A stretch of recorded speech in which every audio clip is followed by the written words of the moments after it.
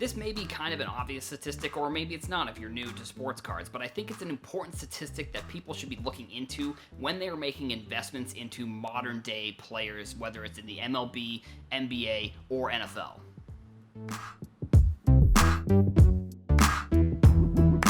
Thank you for clicking on this video. My name is Adam from Herosforsale. If you enjoy sports card content and hobby analysis, make sure you hit the like and subscribe button. I don't have to sit here and tell you how crazy sports cards have gotten over the past few years. Obviously, it's been insane, but I think one thing that we have seen is people talking about investments in players, and I think it's important that people know that this statistic is... I think it's an important statistic that maybe some people overlook when they're looking at modern day players versus Hall of Fame players. So if you look at the Hall of Fame players, number of Hall of Fame players, I don't know if you know.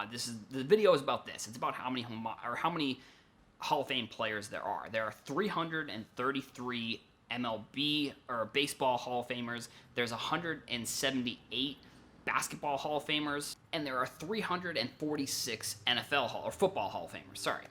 And I posted this on Instagram, and I got some interesting responses from people who I guess I must have not made the point correctly. I think the point that I was trying to make was that if you are buying modern players of any sport for the long term, you just have to look at the fact that look at the percentages of how many players have played, and then how many players make the Hall of Fame. And I guess the point that some people tried to make was, oh, it's so easy to get into the Basketball Hall of Fame, or look at if you compare the Basketball Hall of Fame to the Baseball Hall of Fame, look how much longer baseball has been around, and look at Basketball Hall of Fame.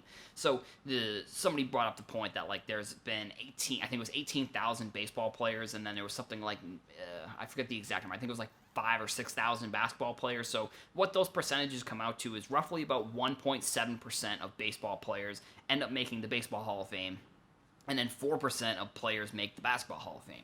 I think the Baseball Hall of Fame numbers are also a little bit skewed in a way, because the Baseball Writers Association they're the ones that are voting in these players. And over the past few years, we've seen a whole generation of players that haven't been voted into the Hall of Fame and are almost becoming ineligible to be on the ballot. A lot of the steroid era baseball players, they're not getting voted in because the baseball writers are on their high horse, which I don't know. I think it's a generational, not even a war, but it's a generational argument that the baseball writers, I guess the argument is that the baseball writers in the 90s, they made all of their money writing about these players who were making steroids, but now they're on their high horse that these players are eligible for the Hall of Fame, but they didn't treat the game with respect, which I think is total, it's total BS. I don't think the high horse conversation there is really strange. You're looking at almost double the amount of players with a very significant less percentage of the total population of NBA players who are making the Basketball Hall of Fame versus baseball players making the Baseball Hall of Fame. And I think it's like I said, this may be one of the things that I think people look at and say, well, that's obvious. Obviously you aren't investing in players long term that are in the league, but I think that's kind of some people's mindsets. I think if you're buying modern players, there should probably be two different groups of players or three actually. I guess three would be kind of how I would look at it. I would look at it as players who are in the league that are top 10 players right now, who are towards the end of their career, who are definitely making the Hall of Fame.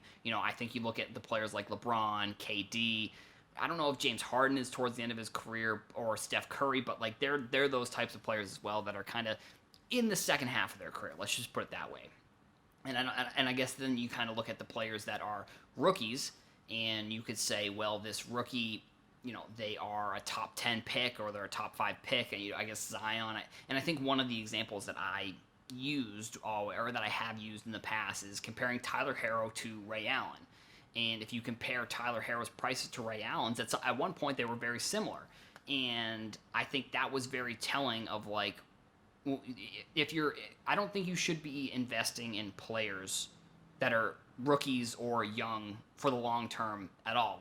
And I understand that people do that, but I just think that there's too much career long risk. You're looking at potentially having to hold a card for 20 to 25 years before this player, you even know if they're going to get into the Hall of Fame, or 10 to 15 years, or however it ends up being. But you also look at, a player like Ryan Howard. I've kind of been looking into him a little bit because, like, he was one of the hottest players in the league in his first few years, and then he signs a contract, and then his career just isn't the same. And I don't want to put Albert Pujols in that same conversation, because I think Albert Pujols, like, he had something similar, but, like, his career didn't fall off as much as I think Ryan Howard's did. I think Albert Pujols is going to be looked at as one of the legends of the game, in my opinion, or at least of this generation, and he's close to retiring, and he's definitely going to be a Hall of Famer.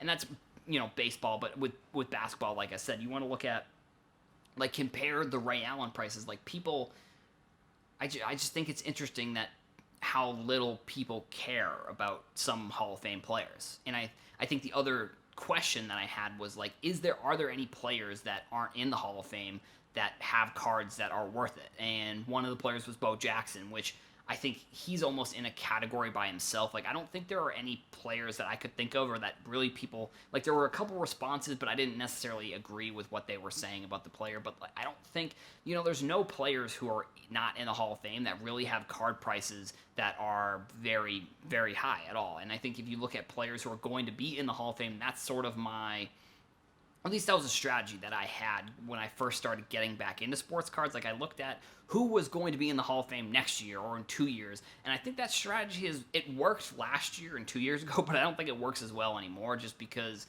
it was such an obvious strategy to me that I think people caught on pretty quickly. And I also think that, with what happened with Kobe, he was supposed to be going into the Hall of Fame, and he was actually the first player that I looked at. And then Peyton Manning was another one who his cards have shot up as well. But, like, with Kobe, people looked at him and they said, well, he's definitely going to the Hall of Fame. Like, he's going to be in the Hall of Fame.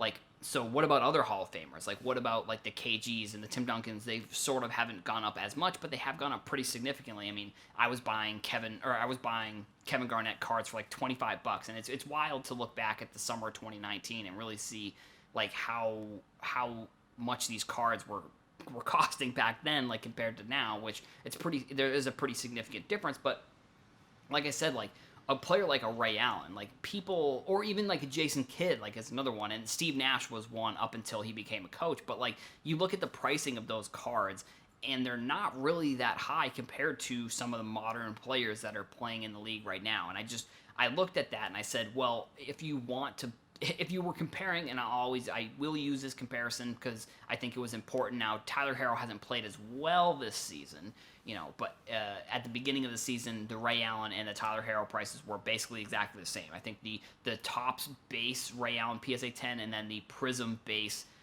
PSA 10 Herro, and then the silver was essentially the same price as the Topps Chrome, and those prices were the same. And when I was comparing them, it didn't make any sense to me to look at one of the best shooters of all time. And I'm sure I've talked about this in videos and made comments about it in the past, but I obviously want to put out this information because I think it's an interesting fact that, people may not even realize there aren't a lot of players that are in the Hall of Fame. Like I said, it's only 1.7% for baseball and then 4% for basketball. Now, it is a little bit easier, obviously, to get into the Basketball Hall of Fame. They allow more players to get into the Basketball Hall of Fame. So being a Hall of Famer doesn't always necessarily mean that your cards are going to go up in price or they're going to be worth it in the long term. But I just think that the opportunity for those cards, if you are a Hall of Famer, like, you're always going to be in that conversation. I don't think Tyler Herro, I'm going to use him again for an example.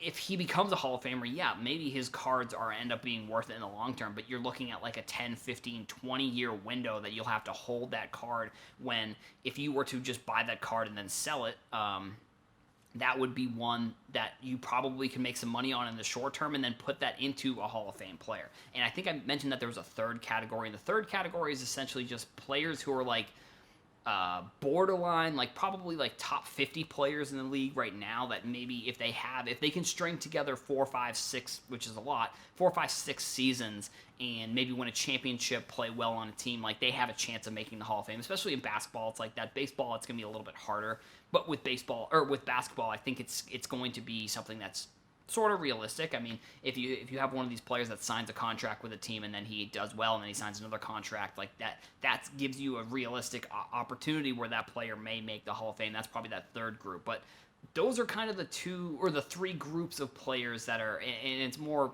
NBA, I think, because MLB, it's kind of it's a little bit harder to pick and choose. But if you're, it's the same with like Jason Dominguez versus Wander Franco. Like if you're holding those cards, like you should be looking to flip them at opportunities that you have, because if they turn out to be good players in the end, like I just think the chances that a player turns into a Hall of Famer versus kind of turns into just a middle of the road regular player like a Byron Buxton, like he was the number one prospect for 3 years and then had some injury problems. But I think you look at that and say, or the Ryan Howard, like look at the players that are in their first few years and then try and figure out if they're going to have a good second half of their career or a bad second half of their career. Because if they have a bad one and they don't make the Hall of Fame, like that card is not going to be a good one that you want to hold on to. And you might want to look into selling because of the hype of certain cards and certain players. And just know that the percentage of players who make it into the Hall of Fame is not that high. So you shouldn't be. I wouldn't suggest buying into players unless you're planning on flipping them in the next year or so